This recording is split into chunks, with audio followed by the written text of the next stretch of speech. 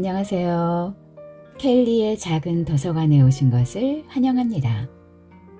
오늘은 최재훈 작가의 마리아, 그런데 마리아를 소개해 드리겠습니다. 이 이야기는 지난 봄 이혼한 남자와 올봄 결혼할 여자가 6년 만에 우연히 만나면서 이야기가 시작됩니다. 이 둘의 이야기가 어떻게 전개되는지 들어보시죠.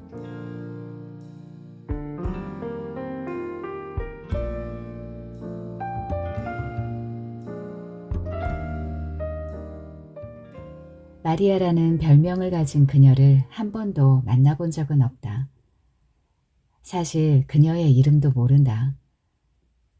수연이가 한두 번 언급했겠지만 아마 흘려들었을 것이다. 하지만 나는 마리아에 대해 꽤 많은 걸 알고 있다.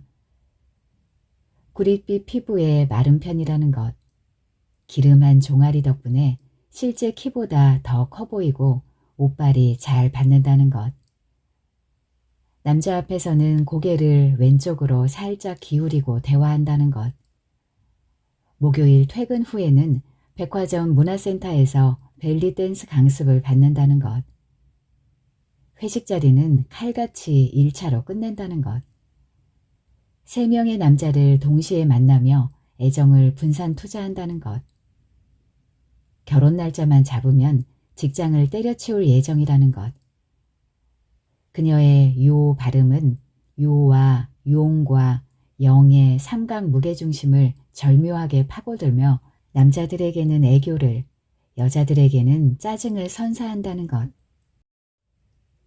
이렇게 하나둘 떠올리다 보면 그녀가 무척 친근하게 느껴진다. 앞으로도 만날 일은 없겠지만. 타인은 지옥이다. 사르트르는 주말 이마트에서 장을 본 후에 이 말을 떠올렸음이 틀림없다. 진열대 사이마다 신호등이 고장난 사거리처럼 쇼핑카트가 뒤엉켰고 꼬맹이들과 타임세일을 외치는 점원들이 사방에서 요란하게 경적을 울려댔다.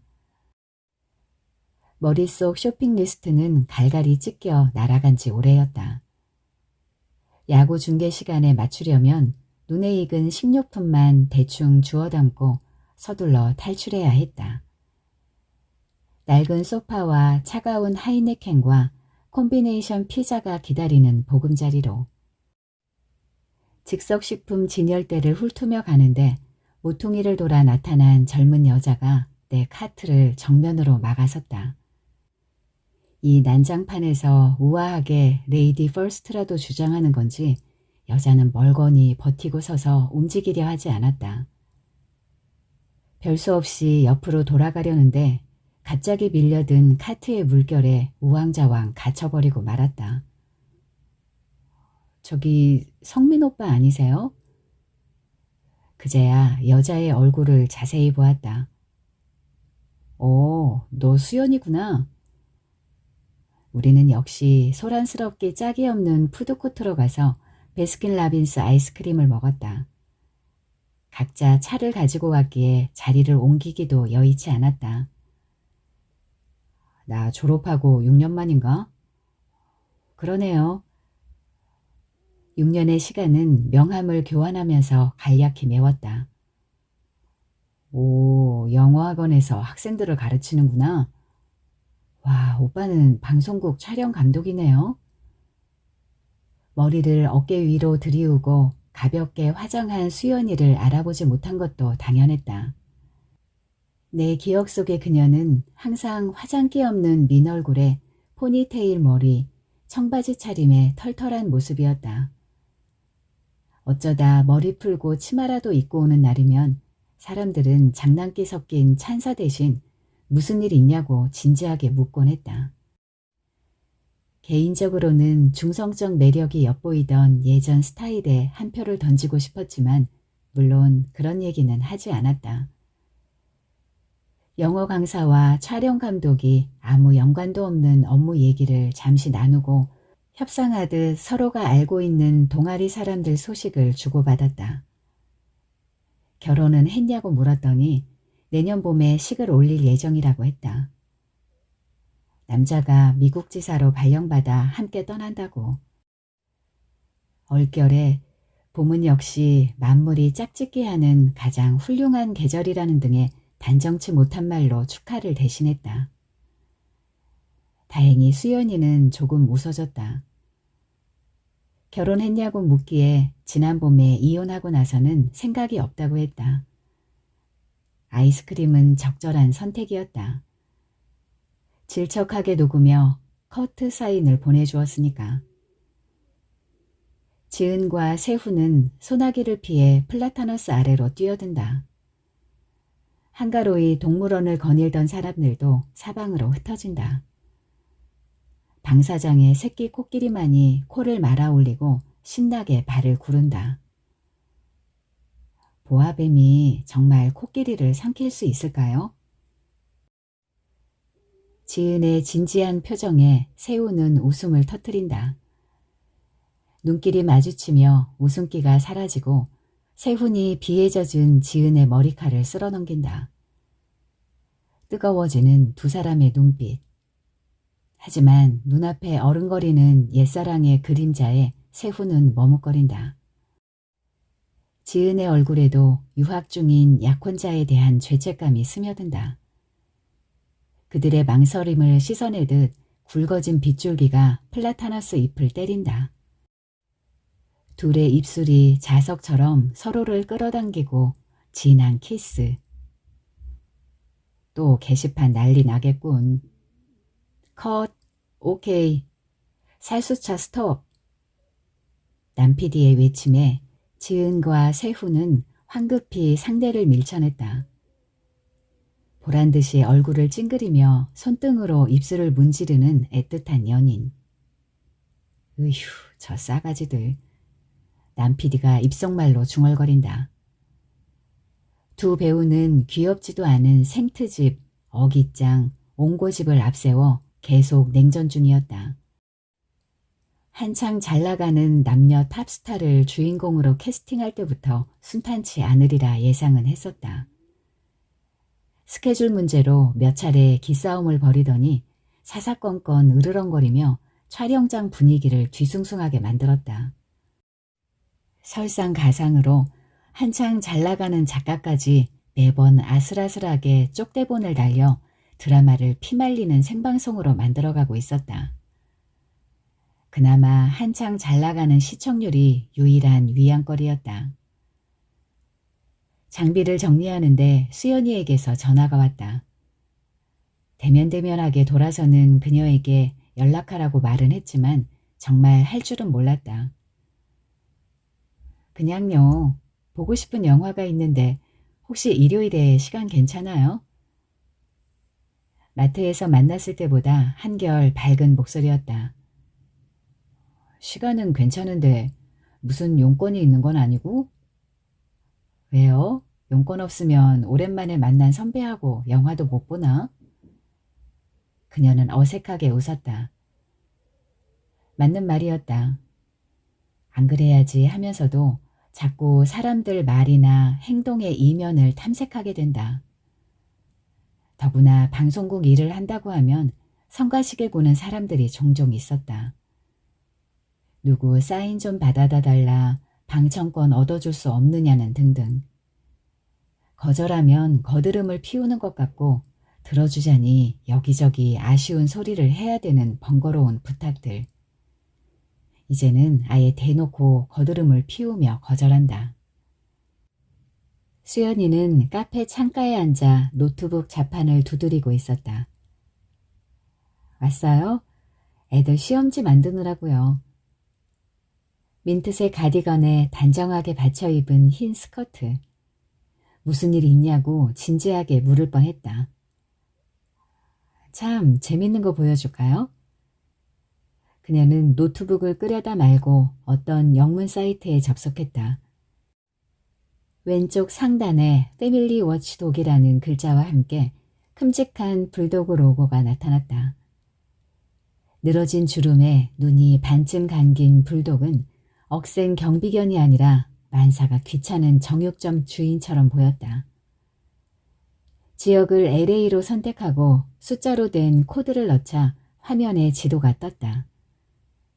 지도에는 빨간색, 노란색, 파란색, 초록색 점들이 개미떼처럼 가득했다. 여기가 내년에 LA에서 살 아파트예요. 그녀는 새끼 손톱으로 지도 한가운데 계집처럼 생긴 아이콘을 가리켰다. 저 점들은 뭐야? 성범죄자들이요. 미국에는 집 주변에 어떤 전과자들이 사는지 확인할 수 있는 이런 사이트가 있더라고요. 대단하죠? 그녀 말대로라면 화면 좌측에 색색의 점들에 대한 법례가 나와 있었다. 빨강은 아동 성범죄, 노랑은 강간, 파랑은 성폭력, 초록은 기타 잡범. 자세한 정보도 나와요. 수연이가 집 근처에 노란색 점 하나를 클릭하자 새로운 창이 뜨며 파바로티처럼 수염을 기른 히스패닉이 나를 노려보았다. 후안 라몬 로페즈라는 강간범의 주소와 전과 기록, 나이, 키, 몸무게, 흉터와 문신 위치까지 자세하게 나왔다.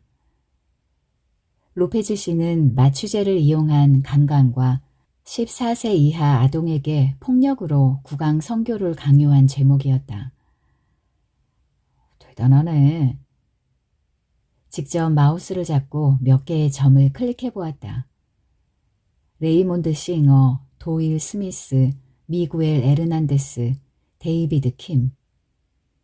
태평양 건너에 사는 아동 성범죄자, 강간범, 성폭력범, 기타 잡범들이 쇼핑몰 상품처럼 눈앞에 떴다. 척 봐도 범죄형인 자가 있었고 순박한 이웃집 아저씨처럼 보이는 자도 있었다. 하긴 수연이에게는 모두 이웃집 아저씨가 될 사람들이었다.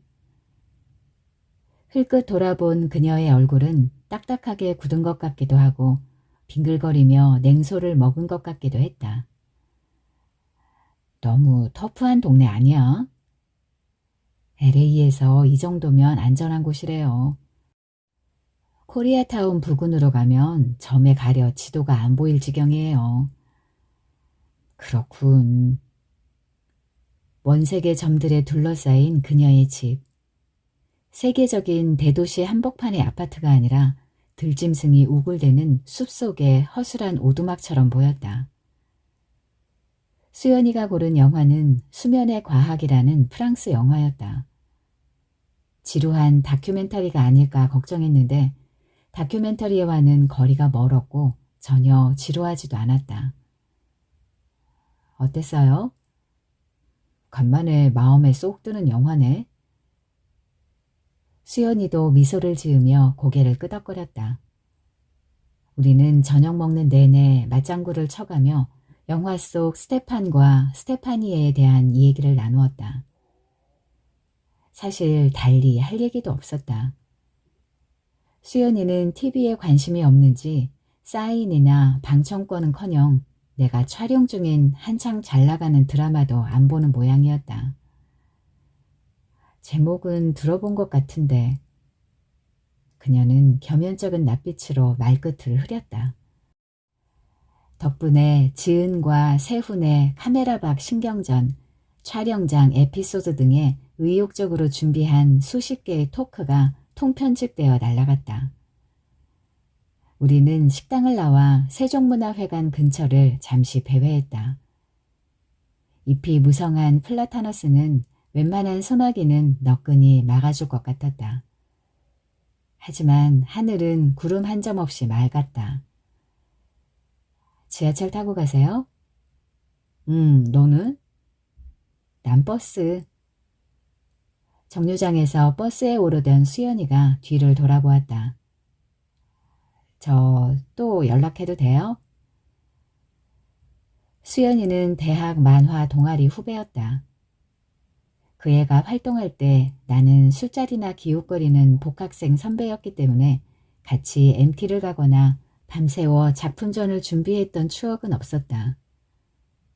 내 기억으로 수연이는 조용하고 내구성 강한 스타일이었다. 있는 듯 없는 듯 술자리를 끝까지 지키는 바람직한 후배. 영문과였지만 무라카미 하루키나 마루야마 겐지 등의 일본 소설을 즐겨 읽었고 등산을 좋아하는데 다리가 너무 튼튼해져서 걱정이라며 멋쩍게 푸념하곤 했다. 그 정도나마 기억하는 건 사실 수연이에게 한때 흑심을 품었던 적이 있기 때문이다. 심각하게는 아니고 딱 몽당연필 크기 정도의 흑심. 딱히 어떤 점에 반했다기보다는 마주칠 때마다 동전 저금하듯 조금씩 쌓이는 감정이었다. 그러나 내 돼지저금통 연정은 어느 겨울의 술자리 이후 수취인 불명 도장이 찍혀 반송함에 던져졌다. 그날따라 유독 시무룩한 표정으로 연신 잔을 비우던 수연이가 왈칵 울음을 터뜨렸다. 짝사랑의 아픔 때문이랍니다. 수연이 동기의 설명이었다. 남자가 있었구나. 나는 씁쓸하게 술잔을 비웠다. 요즘 세상에 짝사랑 때문에 울다니 멸종위기의 순정파로구나 생각하면서. 그런데 동기는 어이없다는 투로 코웃음을 쳤다. 정말 미쳤나봐, 이 사이코를. 그 사이코는 영문과 조교라고 했다. 교수들에게 압으로 붙어 살면서 학생들에게는 성깔 더럽고 인정머리 없기로 악명이 자자하다는 설명이었다. 게다가 제법 반반한 얼굴로 반동거하는 애인까지 있으면서 틈만 나면 여기저기 껄떡거리는 화상이라나. 아무리 제 눈에 안경이라지만 얘는 당장 라식 수술부터 받아야 한다며 동기는 목청을 높였다. 그러거나 말거나 수연이는 탁자에 엎드려 꺽꺽 소리가 날 정도로 서럽게 울었다. 어찌나 시원스럽게 울어 젖히는지 사랑의 아픔에 대한 연민보다는 카타르시스의 쾌감이 느껴질 정도였다. 그날 이후 며칠 동아리방에 출근하며 수연이를 살폈다. 후배들은 가볍게 넘겼지만 한순간 허물어지던 그 애의 낯선 모습이 영 마음에 걸렸다. 하지만 괜한 걱정이었다. 수연이는 언제 그랬냐는 듯 본래의 차분하고 꿋꿋한 포니테일로 돌아가 있었다. 나도 안심하고 시시껄렁한 농담이나 던지는 복학생 선배로 돌아갔다. 수연이의 이상형이 제법 반반한 얼굴을 빼고는 나와 동떨어진 타입이라는 걸 확인한 덕분에 불필요한 수고를 덜 수 있었다. 수연이와 나는 자연스럽게 일주일에 한두 번 만나 저녁을 먹었다. 보고 싶은 영화나 전시회가 있으면 주말에 약속을 잡기도 했다. 주로 수연이가 연락을 해왔다. 내가 데이트 시간 다 뺏는 거 아니에요? 맞아. 아가씨들이 한수연 암살단을 결성하려는 움직임이 있어. 멋진데요? 내가 누군가의 표적이 되다니. 별게 다 멋지다. 실은 나도 그녀와의 데이트 아닌 데이트가 싫지 않았다. 혼자 끼니를 해결하는 일이 익숙하긴 했지만 성가신 부작용으로 고생하던 참이었다. 먹는 동안 음식 외에 달리 집중할 일이 없다 보니 미각이 기형적으로 발달한 것이다. 자연히 메뉴 선택이나 맛의 평가에 지나치게 까다로웠다. 다행히 데이트 비슷한 거라도 하는 동안은 설렁탕 소금 간도 제대로 못 보던 원래의 미각으로 돌아갔다. 촬영도 없고 술 약속도 없는 날이면 휴대폰에서 수연이 번호를 찾게 되었다. 그렇다고 반송함을 뒤져 너덜너덜해진 수치인 불명 봉투를 다시 끄집어낸 것은 아니었다. 상대가 결혼을 앞둔 후배라는 점이 오히려 편했다. 서로의 속마음을 기웃거리거나 멜로물과 에로물의 적절한 배합을 찾기 위해 머리 굴릴 필요가 없었다. 그런 건 한수연 암살단 멤버들과 하는 일이었다.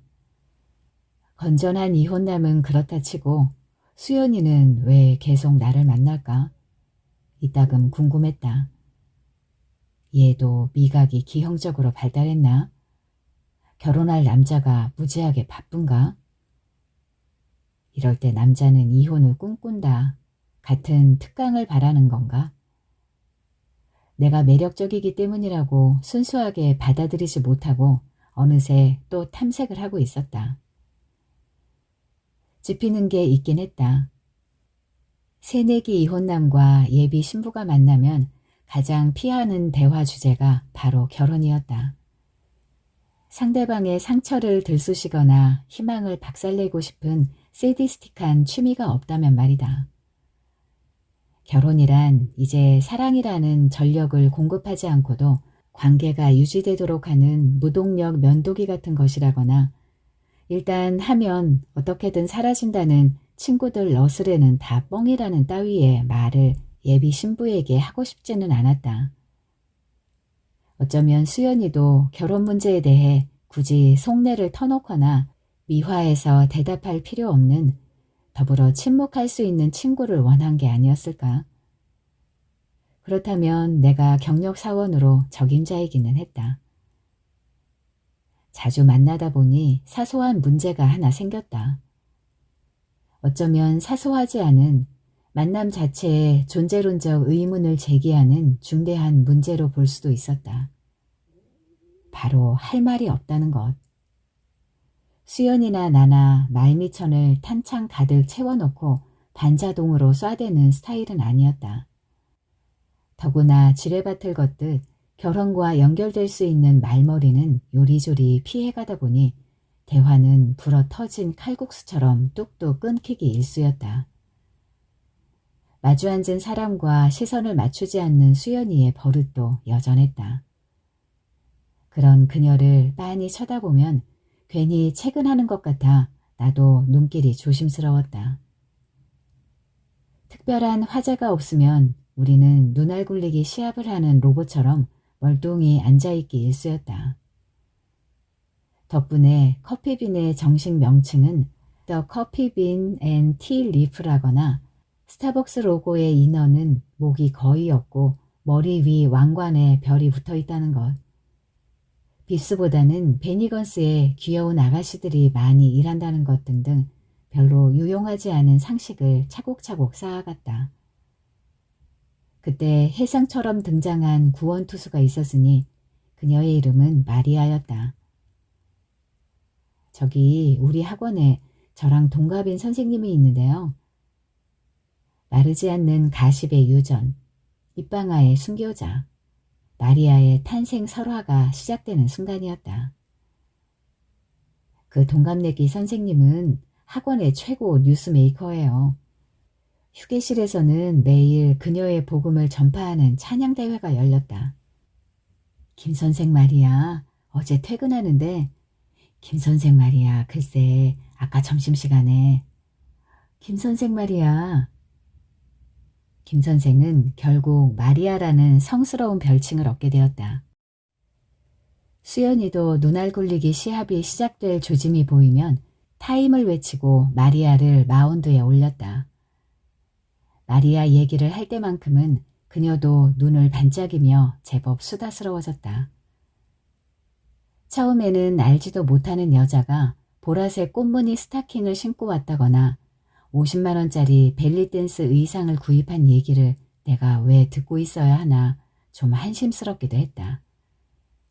하지만 빤하다고 구시렁대면서도 다음 얘기가 궁금해지는 게 드라마의 매력 아닌가. 어느새 나도 마리아의 활약상에 적극적으로 추임새를 넣게 되었다. 소식이 뜸할 때는 내가 먼저 그녀의 근황을 묻기도 했다. 마리아는 롤플레잉 게임 속 캐릭터처럼 하나둘 아이템을 획득하며 성장해갔다. 우리는 공동 유저가 되어 그녀의 일거수일투족에 대해 이러쿵저러쿵 품평을 했고 각종 상황에 그녀를 투입하여 시뮬레이션 해보기도 했다. 그 장면에서 여주인공이 너무 답답하지 않아요? 마리아라면 어떻게 했을까? 머리를 맞대고 시시덕거릴 얘기거리가 있다는 건 그만큼 우리를 가까운 공모자로 만들어 주었다. 우리의 마리아는 일면 순진하고 일면 앙큼하고 일면 맹하고 일면 뻔뻔하고 일면 곰살궂고 일면 요망스러운 꽤나 복잡 다단한 캐릭터였다. 남자들 앞에서 그녀는 사근사근 잘 웃고 알랑거리는 콧소리를 능숙하게 늘어놓을 줄 아는 애교 덩어리였다. 어머, 원장님, 오늘 넥타이 너무 젊어 보이신다. 사모님이 불안하시겠어요. 여자들 앞에서는 약간 피곤한 음색으로 무심코 흘린다는 듯 자랑을 늘어놓는 푼수 덩어리였다. 어제 백화점에서 산 원피스인데요. 너무 비싸게 샀나 봐. 조금만 있으면 세일인데. 아우, 나도 바보지. 우리 아저씨가 마음에 든다고 당장 사자고 어찌나 보채는지. 여자 선생님들은 재빨리 휴게실로 모여들어 찬양 대회를 열었다. 사실 그 정도야 주변에서 희귀한 캐릭터도 아니었다. 마리아 복음의 백미는 그녀의 러브스토리였다. 마리아는 친척 소개로 만난 대기업 대리와 학생 때부터 알고 지낸 외무고시생, 전시회에서 눈이 맞은 한량 사진작가를 동시에 만나고 있었다. 우리는 그들을 각각 대리, 외무, 사진이라고 불렀다. 대리는 나이 차이가 있는 편이라 아저씨라 불리지만 그에 비례하는 재력을 갖추었고 앞으로도 안정적인 성장이 보장된 우량주였다. 외무는 오래 사귄 정과 고시라는 한방, 그에 이은 폼나는 외국 생활이 놓치기 아까운 패였다. 다만 벌써 사수 중이라 그 한방의 유효기간이 문제였다. 사진은 훤칠한 키에 이국적 마스크, 사탕발림과 보헤미안 기질로 그녀를 유혹했다. 가난하고 장래 계획이 없다는 점도 보헤미안다웠다. 하지만 마리아의 러브스토리에 성급하게 문어발이라는 냄새 고약한 이름을 붙이지는 말자. 그녀는 위기를 기회로 바꿀 줄 아는 실로 창의적인 CEO였다. 마리아는 새 남자를 만나는 사실을 주위에 굳이 비밀로 하지 않았고 오히려 고민 상담을 빙자하여 박진감 넘치는 생중계를 했다. 새 남자도 서로의 존재에 대해 어느 정도 알고 있었다. 그런 요상한 관계가 가능한 이유는 새 남자에게 각각의 성격과 상황에 맞는 맞춤형 전술을 사용했기 때문이다. 대리에게 마리아는 단지 과거의 인연을 냉정하게 끊지 못해 자신의 프로포즈에 한숨 짓는 외모만큼이나 마음도 여린 착한 여자였다. 외모에게는 자신의 무능력 때문에 연인이 갈등을 겪는다는 자괴감을 심어주어 공부에 매진하게 만들었다. 사진의 경우는 자기 입으로 항상 쿨한 인생, 쿨한 연애를 주창했기 때문에 몇 명의 경쟁자건 쿨하게 받아들여야 했다. 모양새는 분명 약삭빠른 여자의 문어발이었지만 마리아는 어느새 성에 갇혀 용의 감시를 받는 가련한 공주가 되었다. 구출하러 오는 왕자가 3명일 뿐. 수연이에게는 그런 수완이 없었다. 다른 애인은 고사하고 친구처럼 만나는 선배마저 상대에게 설득시키지 못했다. 하루는 지나가는 말로 물었다. 결혼 앞두고 이렇게 외간 남자를 자주 만나도 되는 거야? 괜찮아요. 그 사람한테도 얘기했어요. 친한 선배라고. 그 친한 선배가 매력적인 싱글에다 현란한 유머 감각까지 갖췄다는 것도 알아? 이럴 땐 후하게 웃어주면 좋으련만 수연이는 적이 심각한 표정이 되었다. 저 오빠가 한번 만나보실래요? 내가? 화들짝 놀라 하품을 했다. 놀라면 하품을 하는 버릇이 있었다. 뭐 그냥 한번 보는 것도 어떨까 해서. 나는 식어 빠진 커피를 한 모금 머금고 양 볼을 부풀려가며 입을 헹궜다. 내키지 않죠? 물론 내키지 않았다. 내 인간관계는 이로원 1차 방식으로 충분했다. XY 두 개의 변수만 나와도 거쳐야 하는 덧셈, 뺄셈이 영 번거로웠다. 벌써 수연이가 왜 이런 말을 하는지, 그 남자와의 사이에 어떤 심리전이 오갔는지 계산식을 만들어야 하지 않는가? 왜 그 사람이 보재? 수연이는 흠칫 놀라는 눈치였다. 아니요. 내가 하도 친오빠 같은 선배라고 했더니 결혼 전에 얼굴이라도 익혀놓아야 하지 않겠느냐고. 시리에 빠진 이혼남이라고 해도 안심이 안 되나 보네. 하긴 더 불안할 수도 있겠구나. 아니요, 그런 건 아니고. 수연이는 귓볼까지 뻘개져서 손사래를 쳤다. 으이그, 농담이다. 그래, 얼마나 멋진 놈을 꿰찼나 한번 보자. 편한 시간 잡아봐. 말을 뱉자마자 후회했다. 김성재라고 합니다. 수연이한테 얘기 많이 들었습니다. 남자는 싹싹하게 인사하며 명함을 건넸다. 한성민입니다. 저도 얘기 많이 들었습니다. 나도 싹싹하게 거짓말하며 명함을 건넸다. 이름 있는 조선 회사의 경영기획실 소속이면 꽤 능력을 인정받는 친구인 모양이었다. 그러니까 성범죄자 쇼핑몰인 미국에도 보내주겠지. 괜찮으시면 저는 소주로 하겠습니다. 요즘 배가 슬슬 나와서. 남자는 별로 나오지도 않은 배를 쓰다듬었다. 같이 소주로 하시죠. 작은 소주잔 2개와 큰 맥주잔 하나가 연달아 부딪혔다. 그는 예의를 갖추면서도 활발하게 대화를 주도했다. 술자리에서 남자끼리의 격이 없이 어울리는 노하우가 몸에 밴 듯했다. 자기 회사 얘기와 내 방송국 얘기를 적정하게 배분했고 농담과 다양한 사회적 이슈도 재치 있게 끌어왔다. 직장 상사와 단란주점 마담이 선호하는 타입이었다. 2병째 소주와 함께 호칭은 금세 형님이 되었다. 수연이는 옆에서 있는 듯 없는 듯 묵묵히 술자리를 지켰다. 마치 호탕한 동창 녀석이 자기 여자친구를 소개하는 자리 같았다. 호탕한 동창 녀석은 술도 셌다. 꼭 나와 잔을 부딪힌 후 원샷을 했고 3병째부터 잔을 돌리기 시작했다. 나도 어디 가면 빠지는 술은 아니었다. 무언의 도전을 받아들여 원샷 맞짱을 떴다. 하지만 술병이 오륜기를 넘어 볼링핀 대형으로 쌓이자 나는 승부를 포기하고 잔을 꺾기 시작했다. 김성재는 목소리가 살짝 높아졌을 뿐 겉으로는 멀쩡해 보였다. 내 상대가 아니었다. 수연이가 화장실에 갔을 때 그가 의자를 바짝 끌어당겼다.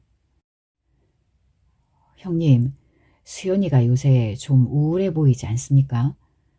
미국으로 가는 것 때문인지 걱정이네요. 여자들은 결혼 앞두면 심적으로 불안해진다고 하던데 원래 그런 건가요? 얼씨구, 그런 걸 나한테 물으면 어쩌자는 건가? 하지만 콧등을 찡그리며 안경을 밀어 올리는 표정이 꽤나 진지했기에 나도 진지하게 대꾸해 주었다. 글쎄요, 나도 여자가 아니라서. 어쨌든 인생의 큰 변화니까 기대와 불안이 다 있겠죠. 김성재는 고개를 끄덕였다. 하긴 남자도 그러니까요. 형님은 눈치 빠른 미스터 김, 그제야 멈칫하더니 재빨리 화제를 돌렸다. 수연이 학생 때는 어땠습니까? 학생 때? 진득한 성격이었죠. 착하고 털털하고 선배들도 다 좋아했어요. 눈이 많이 나빠서 고생하기는 했지만 아, 전에 라식 수술을 받았다는 얘기는 들었습니다. 하마터면 씹고 있던 쭈꾸미를 그의 얼굴에 발사하며 웃음을 터뜨릴 뻔했다. 그래도 최근에 형님 만나고부터 한결 밝아진 것 같아 마음이 놓입니다. 그래서 겸사겸사 뵙고 싶었죠. 자, 형님, 한 잔 받으시죠. 결혼에 실패한 사람을 만나고 밝아졌다니 예비신랑이 마음을 놓아도 되는 상황인지 선뜻 판단이 서지 않았다. 색색의 점들에 포위된 수연이의 작은 오두막이 떠올랐다. 우리는 자정을 넘기기 전에 자리를 정리했다. 지갑을 꺼내는 나를 김성재는 들배치기로 밀어내면서 주인에게 카드를 던지고 빨리 긁으라고 재촉했다.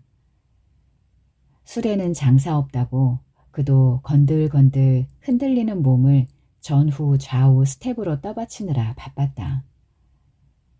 악수를 청하는 나를 덥석 끌어안더니 다음에는 둘이 끝까지 가보자며 또 연락하겠다고 했다. 명함을 건넨 걸 후회했다. 수연이는 가볍게 눈인사만 보내고 약혼자의 뒤를 따라 택시 안으로 사라졌다. 잠시 서서 멀어지는 택시 꽁무니를 바라보았다. 만일 여동생이 나를 결박하고 뜨겁게 단 고데기로 가슴팍을 짖으며 결혼할 남자를 소개하라고 협박한다면 협상카드로 떠올릴 만한 친구였다. 여동생이 없는 게 천만 다행이었다. 고생 많았어요. 수연이는 우리의 삼자 대면을 그렇게 정리했다. 별 말씀을. 나도 재밌었어. 오빠가 마음에 들었나 봐요. 그날 택시에서도 기분이 좋더라고요. 아마도 내가 그리 위협적인 수컷이 아니었음을 감지했다는 뜻일 테지. 상관없는 일이기는 했지만 살짝 약이 오르는 건 어쩔 수 없었다.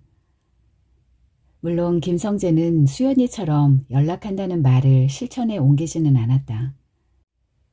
갑자기 전화해서 보고 싶은 영화가 있다거나 하면 적잖이 난감했을 것이다. 우리도 김성재 얘기를 구태여 입에 올리지 않았다. 그가 아니어도 언제든 마운드에 올릴 수 있는 든든한 구원 투수가 있었으니까. 외모는 결국 네 번째 낙방의 고배를 마셨다. 비장한 표정으로 1년만 더를 요청하는 외모에게 마리아는 격려를 아끼지 않았다.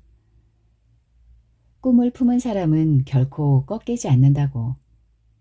그리고 연락을 끊어버렸다. 마리아에게는 폼나는 외국 생활이 날아갔다는 상실감 이전에 자신을 향한 신앙심의 부족으로 보였을 터였다. 왕자 하나가 공부를 못해서 탈락하자 삼국지의 균형이 무너지며 전황은 급박하게 돌아갔다. 사진은 애당초 모둠회 접시를 빛내주는 당근꽃 장식 성격이 강했고 대세는 대리에게 기울고 있었다. 기회를 포착한 대리는 자신의 강점을 살려 선물 공세를 퍼붓고 분당 아파트를 보여주고 집에 인사를 시키며 결혼을 당연한 상황으로 몰아갔다. 왜 그런 거 있잖아요. 아직 잘 모르겠어요 하면서 따라다니며 할 거 다 하는. 수연이는 새치름하게 눈을 내리깔고 제법 마리아의 성대모사까지 했다. 생각할 틈을 주지 않고 밀어붙이는 것도 좋은 방법이야. 생각이라는 게 반항아 기질이 있어서 하면 할수록 부정적인 방향으로 뻗대잖아. 그래서 사람들이 지겹도록 떠드는 거겠지. 긍정적인 생각을 가지라고. 오빠는 긍정적인 생각을 가지고 사는 편이에요? 나? 나는 부정적인 생각을 긍정적으로 받아들이는 편이지. 편하겠는데요? 나도 노력해봐야겠다. 뭐 노력할 것까지야. 한창 마리아 얘기로 시간을 때우던 중 우연히 새로운 사실을 알게 되었다. 수연이는 지금의 학원에 다닌 지 1년이 조금 넘었다고 했다. 선입견일지 몰라도 나는 막연히 그녀가 한 직장에 오래 다녔으리라 생각했다. 그 전에는 다른 학원에 있었어? 아니요, 그냥 회사에 다녔어요. 보험회사에. 보험회사면 괜찮지 않나? 힘들어서 전업한 거야? 네, 뭐 그런 것도 있고. 수연이는 말꼬리를 얼버무렸다. 더 이상 묻지 말아달라는 뜻이었다. 불현듯 머릿속 잡동사니 틈바구니에서 무언가 반짝거렸다. 집에 돌아와 동아리 소식통을 자처하는 후배에게 전화를 걸었다. 재작년인가 녀석이 방송국으로 찾아와 함께 술을 마신 적이 있었다. 만나자마자 브리핑하듯 사람들 소식을 일일이 전해주었는데 그중 여자 후배의 스캔들 하나가 끼어 있었다. 내 기억이 맞다면 그게 수연이었다. 네, 맞아요. 수연이. 걔가 회사에서 유부남하고 바람이 나가지고 시끄러웠나 봐요. 수연이 쪽에서 적극적이었다고 하는데 그 자식이야 젊은 처녀가 달라붙는데 이게 웬 떡이냐 했겠죠. 결국 부인까지 찾아와서 난리를 치고 수연이는 끝까지 사랑 타령만 하고 완전 드라마 찍었대요. 결국 직장도 그만뒀다나. 걔는 참 멀쩡한 애가 왜 만날 그러는지 모르겠어요. 비운의 여주인공이 되고 싶은 건지. 그런데 형, 갑자기 수연이는 왜요? 그냥 사람들 소식도 궁금하고 해서. 아차 싶었지만 때는 늦었다. 녀석은 이미 언제 끝날지 모를 브리핑에 돌입한 참이었다. 전화를 끊은 후 거실 한편을 차지하고 있는 런닝머신에 올라 뛰었다. 뜨끈한 땀방울을 흠뻑 흘리고 싶어졌다. 10분쯤 뛰자 셔츠에 땀이 배기 시작했다. 속도를 더 올렸다. 비운의 여주인공 놀이. 대개 여주인공들은 상처를 받을지언정 타인에게 상처를 주지 않는다. 사랑의 끝자락에서 상처를 주는 쪽이나 받는 쪽이나 괴롭기는 마찬가지겠지만 받는 쪽이 좀 더 능률적으로 괴롭지 않을까? 어떻게든 자기 하나만 추슬러 회복하면 그만일 테니. 남에게 상처를 주는 것을 견디지 못하는 사람은 차라리 빨리 회복하는 법을 배우는 게 낫다. 도마뱀의 꼬리처럼. 신변의 위협을 느끼면 꼬리를 잘라주고 달아나는 도마뱀. 나름 쿨한 녀석이다. 그런데 어쩌나 우리 비운의 여주인공은 라식 수술을 했고 자신을 아껴주는 멀쩡한 놈이 하나 걸렸다. 이젠 꼬리만 적당히 잘라주고 달아날 수도 없으니. 런닝머신에서 내려와 책장을 뒤졌다. 왜 뜬금없이 도마뱀이 떠올랐는지 알 것 같았다. 복학하고 받은 동아리 작품집에 신입생 한수연의 한 컷짜리 풍자화가 있었다. 등장인물은 구렁이와 도마뱀. 목에 냅킨을 두르고 포크와 나이프를 쥔 구렁이가 식당 테이블에 앉아있다. 요리사 복장의 도마뱀이 자신의 꼬리를 구렁이 앞에 놓인 접시에 걸쳐놓고 말한다.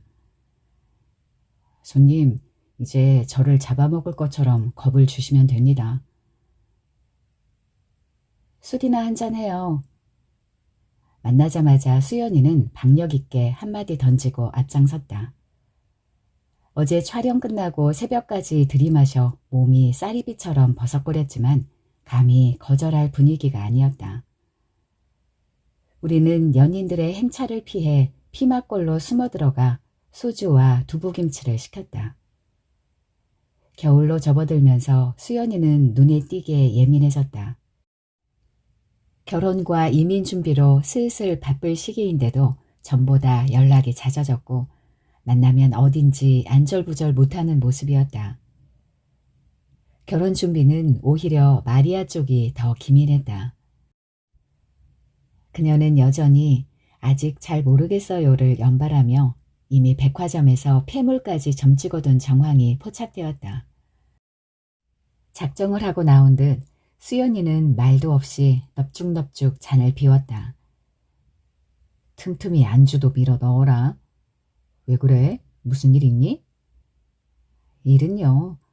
우리 예전에도 이렇게 자주 마셨잖아요, 선배님. 잘도 마신다 싶더니 수연이는 금세 취해버렸다. 혀가 꼬인 채 해죽해죽 웃는 신선한 모습도 보여주었다. 무언가 할 말이 있지 싶었다. 일부러 취기를 빌린 것인지 수연이는 침을 꼴깍꼴깍 삼키더니 기어이 나와의 암묵적인 금기를 깨버렸다. 오빠, 정말 친오빠 같아서 그런 건데요. 딱 한 번만 물어볼게요. 딱 한 번만. 왜 이혼했어요? 흐릿하게 풀린 눈동자로 내 눈을 응시하기 위해 안간힘을 쓰는 게 느껴졌다. 나는 소주잔을 입에 대고 천천히 기울여 마지막 한 방울까지 마셨다.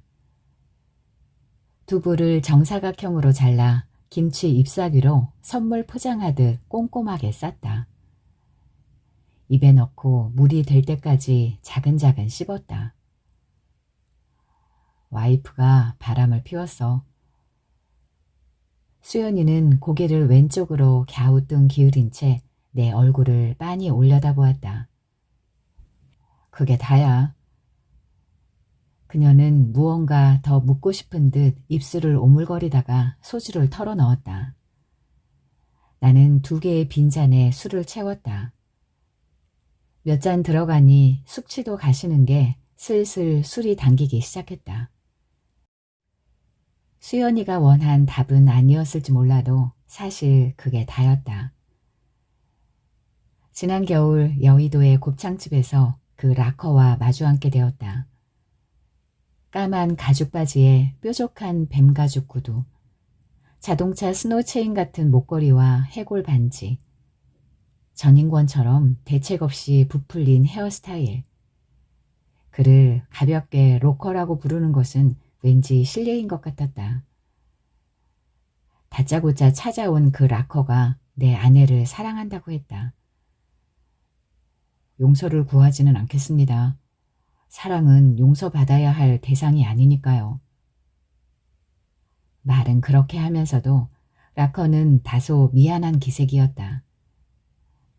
원펀치 정도는 각오하고 왔는지 어금니를 단단히 깨물고 있어 낯골이 더욱 어수선했다.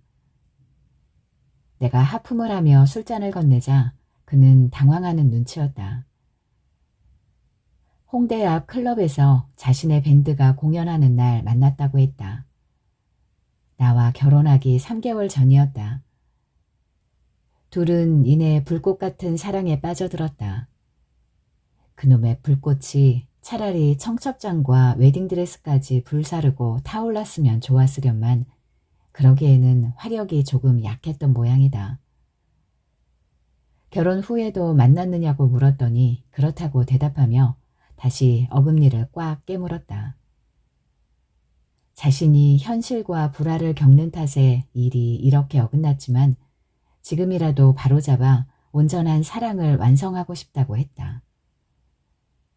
다분히 준비한 티가 나는 어색한 멘트였지만 온전한 사랑이라는 어감은 괜찮았다.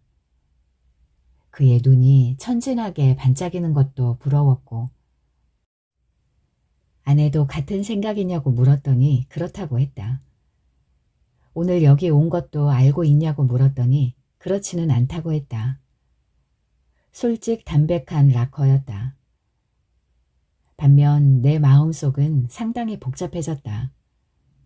놀람, 분노, 감탄, 모욕, 허탈, 배신감, 두려움, 짜증.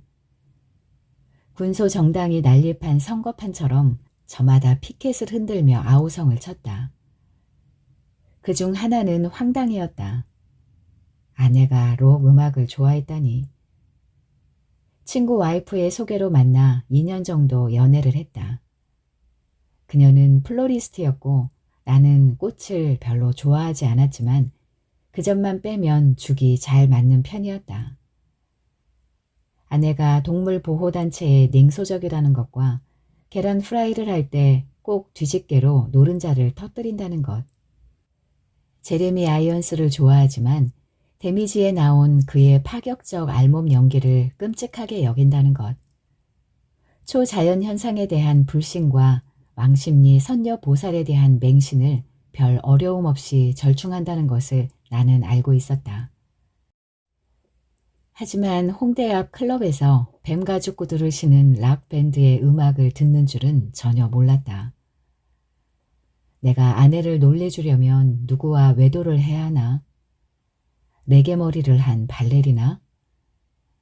이런 시답잖은 생각을 하고 있는데 한 구석에 조그만 피켓 하나가 시선을 끌었다. 거기에는 안도감이라고 적혀 있었다. 인정하고 싶지 않지만 사실이었다. 부부싸움 대신 삼키던 한숨, 베란다에서 방향제에 섞여 풍기던 담배 냄새, 오르가즘 언저리에서 어긋나던 눈길, 한밤에 깨면 낯설게 느껴지는 옆자리 체온. 내 앞에 락커는 소중한 알리바이였다. 모든 게 그놈의 사랑 때문이었다는. 소주 한 병을 나눠 마신 후 락커에게 알았으니 이제 그만 돌아가라고 했다. 어떻게 할 거냐고 묻기에 이건 내 문제이니 당신이 상관할 바 아니라고 말해줬다. 락커는 오묘한 표정으로 한참이나 고개를 끄덕이다가 스노우체인을 쩔렁이며 돌아갔다. 혼자 남아 소주 한 병을 더 시켰다. 불판에는 까맣게 오그라든 곱창 몇 점이 화재 현장의 변사체처럼 널브러져 있었다. 늘 카메라 뒤쪽에 있었는데 뒷덜미를 잡혀 드라마 세트 속으로 질질 끌려 들어온 기분이었다. 출생의 비밀을 가진 신데렐라가 교통사고로 기억상실에 걸려 의사인 이복 오빠와 사랑에 빠지지만 자신이 불치병이란 사실을 알게 된다는 식의 통속과 우연히 열대어처럼 떼지어 몰려다니는 자규적 현실. 그런데 한쪽 눈을 감고 뷰파인더를 들여다보고 있노라면 그 자규적 현실이 우리의 참 모습에 더 가깝기를 바라는 마음이 들었다. 참 모습이란 게 있다면 말이다. 어쨌든 드디어 내 삶에도 드라마틱한 운명의 파도가 들이쳤다. 결혼을 앞두고 클럽에서 만난 락커와의 불꽃 같은 사랑. 그리고 불륜. 그럭저럭 스토리는 나오는 구도였다. 다만 이 드라마의 주인공은 아내와 락커였다. 나는 그저 모든 게 안정적인 현실과 불화를 겪는 언더그라운드 예술가의 손에서 여주인공을 채가는 조연일 뿐이었다. 의사나 회장 아들이면 더 폼이 났으련만. 사랑은 용서받아야 할 대상이 아니니까요. 락커의 과장된 연기가 떠올라 피식 웃음이 났다. 나는 쿨한 남편이 되기로 했다. 한 쌍의 운명적 연인을 위해 조건 없이 깨끗이 물러나 주겠노라고. 드라마야 싱거워지겠지만 가끔 그런 의외의 조연도 있어야 하지 않겠는가. 주점을 나서자마자 수연이가 벽을 짚고 쪼그려 앉더니 두부와 김치를 개원했다. 엉거주춤 서서 등을 두드려주는데 피막골 좁은 골목이 휘청거렸다. 그래, 예전에도 자주 이랬지. 우리는 골목을 나와 인사동으로 접어들었다. 서늘한 바람이 이마까지 차오른 열기를 식혀주었다. 안국동 방향 출구까지 말없이 걷다가 우리는 석장승 옆 돌벤치에 앉았다. 엉덩이가 시렸다. 누군가 석장승의 볼에 빨간 매직펜으로 하트를 그려놓았다. 초저녁부터 급하게 술만 마시느라 마리아의 안부도 묻지 못한 게 생각났다. 그녀는 이제 단순한 말 미천이 아닌 꼭 챙기고 넘어가야 하는 절친한 친구였다. 마리아는 잘 지내? 스페어 타이어도 다 내다 버렸겠다. 이제 결혼한대? 대리 아버지가 재촉이 심한가 봐요.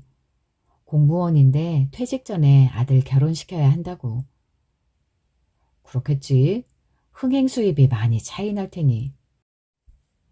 그런데 마리아는 막상 눈앞에 닥치니 좀 망설여지는 것 같아요. 말수도 줄고 고민하는 눈치예요. 진짜? 고민? 아마도. 수연이는 두 손을 입에 대고 입김을 불었다.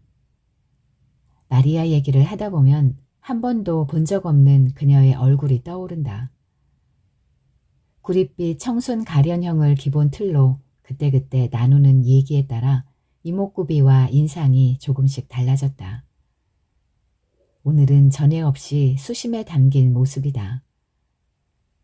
턱을 괴고 미간을 잔뜩 찌푸렸다가 주름살 걱정에 거울을 보며 억지로 다시 펴고 고즈넉이 입으로만 긴 한숨을 내쉰다. 실제 마리아는 어떻게 생겼을까? 목소리와 걸음걸이는 어떨까? 어떤 매력이 있기에 동시에 세 남자에게 줄을 매달아 구애춤을 추게 하는 걸까? 마리아, 한번 만나보고 싶다. 멍하니 하늘을 올려보다가 무심코 나온 말이었다. 수연이가 두 손을 입에 붙인 채 눈을 동그랗게 뜨고 나를 쳐다보았다. 오빠가 왜요? 왜는 하도 얘기를 많이 들었으니 궁금해서 그러지. 오빠가 걔를 왜 만나요? 따지듯이 들이미는 목소리에 가시가 돋쳐 있었다. 수연이가 화를 낼 거라고는 꿈에도 생각하지 못했다. 이렇게 민감하게 반응할 일인가 싶어 당황스러웠다. 아니, 그냥 해본 말이야. 내가 그 여자 만날 일은 없지.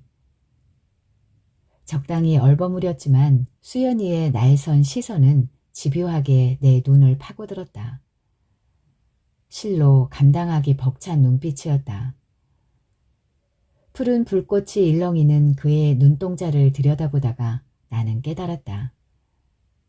수연이가 다니는 학원에 마리아라는 별명을 가진 동갑내기 선생은 없다는 것. 구릿빛 피부에 기름한 종아리를 가진 선생님이나 벨리댄스를 배우는 선생님이나 알랑거리기 잘하는 선생님이나 양다리 비밀 연애를 하는 선생님은 있을지 몰라도 그걸 합쳐놓은 마리아는 없다는 걸. 그녀는 실제로 수연이와 나만 아는 롤플레잉 게임 속 캐릭터였다는 걸.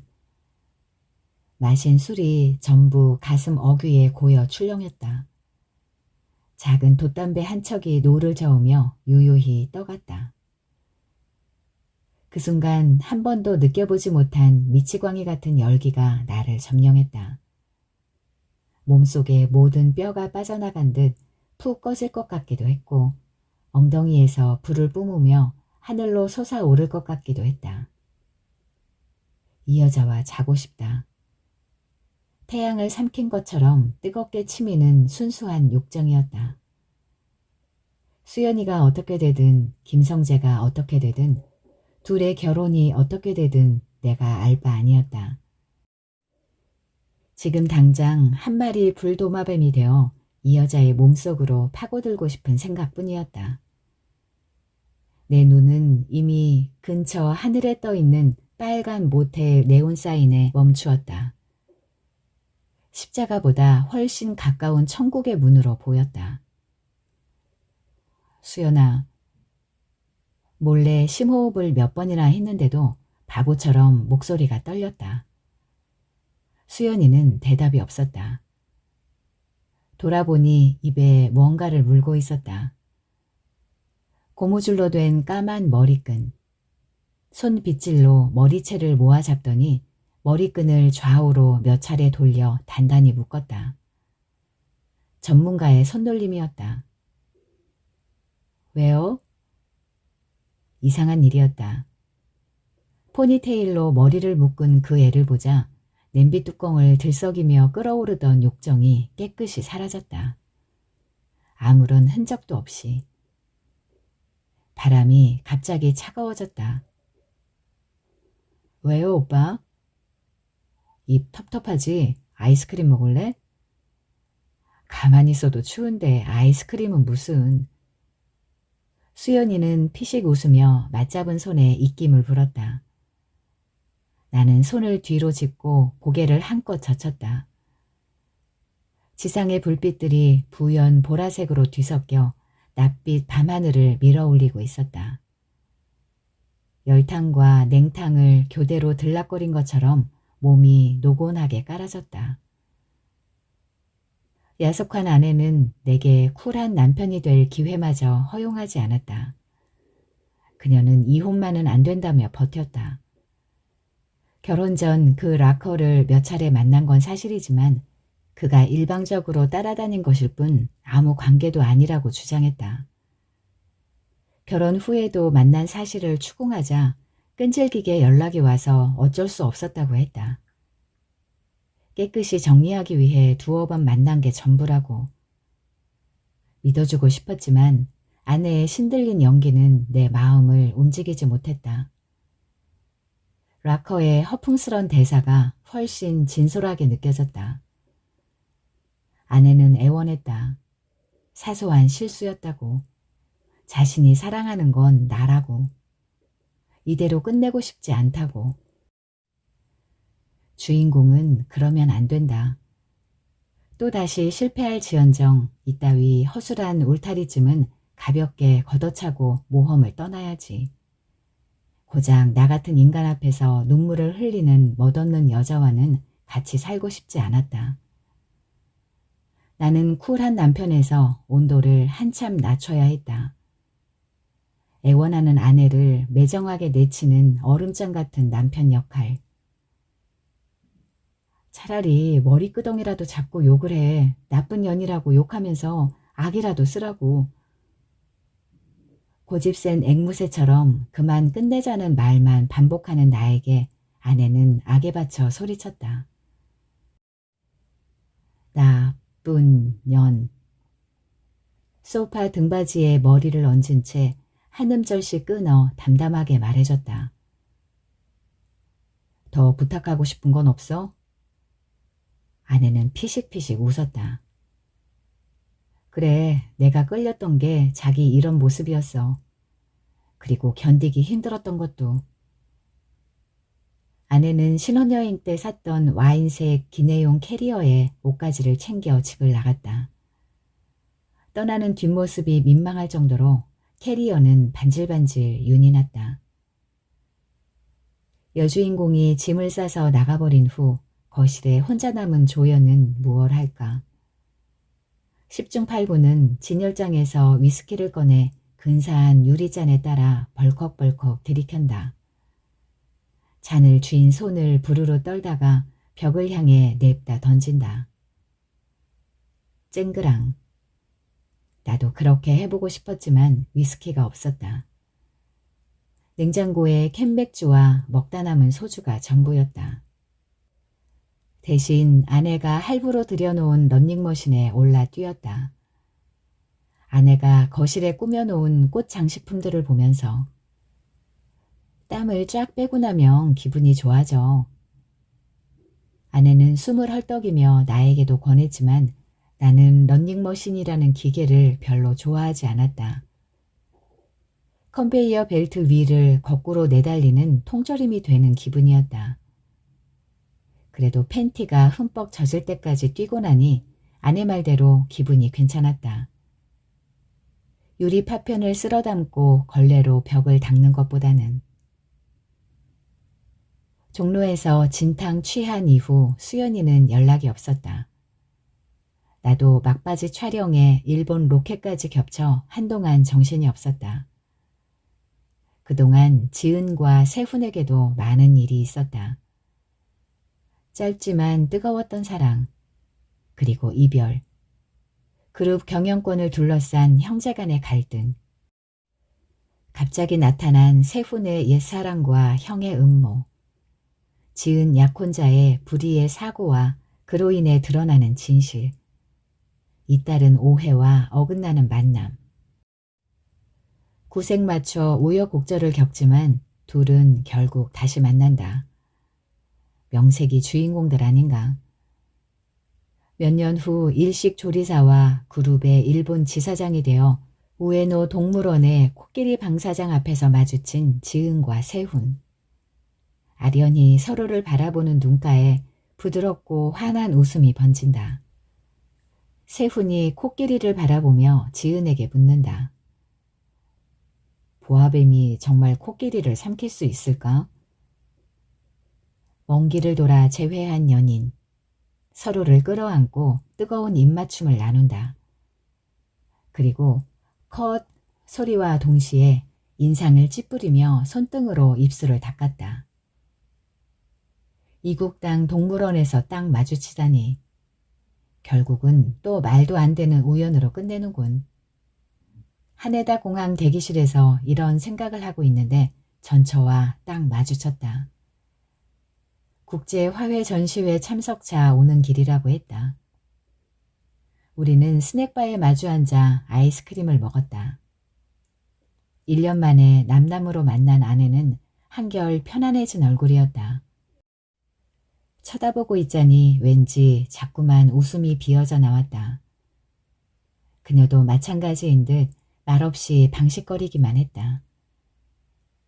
드라마 결말을 알려줬더니 예상대로라며 고개를 끄덕였다. 락커와의 일 같은 건 묻지 않았다. 그녀도 굳이 말하고 싶어하는 눈치는 아니었고 정작 물어보고 싶은 건 따로 있었다. 아내의 가슴이 분명 전보다 커진 것 같았다. 수술을 했나? 가슴을 내밀고 앉아서 그렇게 보이는 건가? 뽕인가? 궁금한 걸 꾹 참고 있는데 질문은 아내가 던졌다. 자기 얼굴에 점 뺐어? 응? 전에 이쪽에 점이 있지 않았나? 그녀는 손가락으로 자신의 왼쪽 광대뼈 부근을 짚었다. 난 그냥 웃고 말았다. 가끔 연락이라도 하자는 말을 끝으로 우리는 악수를 나누고 헤어졌다. 겨울도 끝나가던 어느 날 밤 수연이에게서 전화가 왔다. TV를 켜놓은 채 소파에서 잠들었다가 비몽사몽간에 전화기를 들었다. 그녀는 다소 들뜬 목소리였다. 저 독일에 가기로 했어요. 독일? 잠결에 잘못 들은 줄 알았다. 미국 아니었어? 그 친구 LA로 발령받았다며. 아, 내가 말을 못했구나. 그동안 많은 일이 있었어요. 저 파혼했어요. 그랬구나. 수연이가 워낙 예사롭게 말했기 때문에 파혼이 홈쇼핑 주문 취소처럼 가뿐한 일로 들렸다. 그녀는 내가 미처 대꾸할 틈도 주지 않고 그간의 이야기를 쏟아놓았다. 성재 씨와 진지한 대화 끝에 더 늦기 전에 정리하는 게 서로를 위해 최선이라는 데 합의를 보았다. 자신은 도예 공부를 위해 독일로 유학을 가기로 했다. 도예 선생님이 일단 드레스덴의 도자기 공방을 소개해 주기로 했다. 쉽지 않겠지만 정규대학을 거쳐 도자기 마이스터에까지 도전해 보겠다. 잠깐, 도예라니? 너 도예를 했어? 수연이를 만나는 동안 도예 얘기는 전혀 들어본 적이 없었다.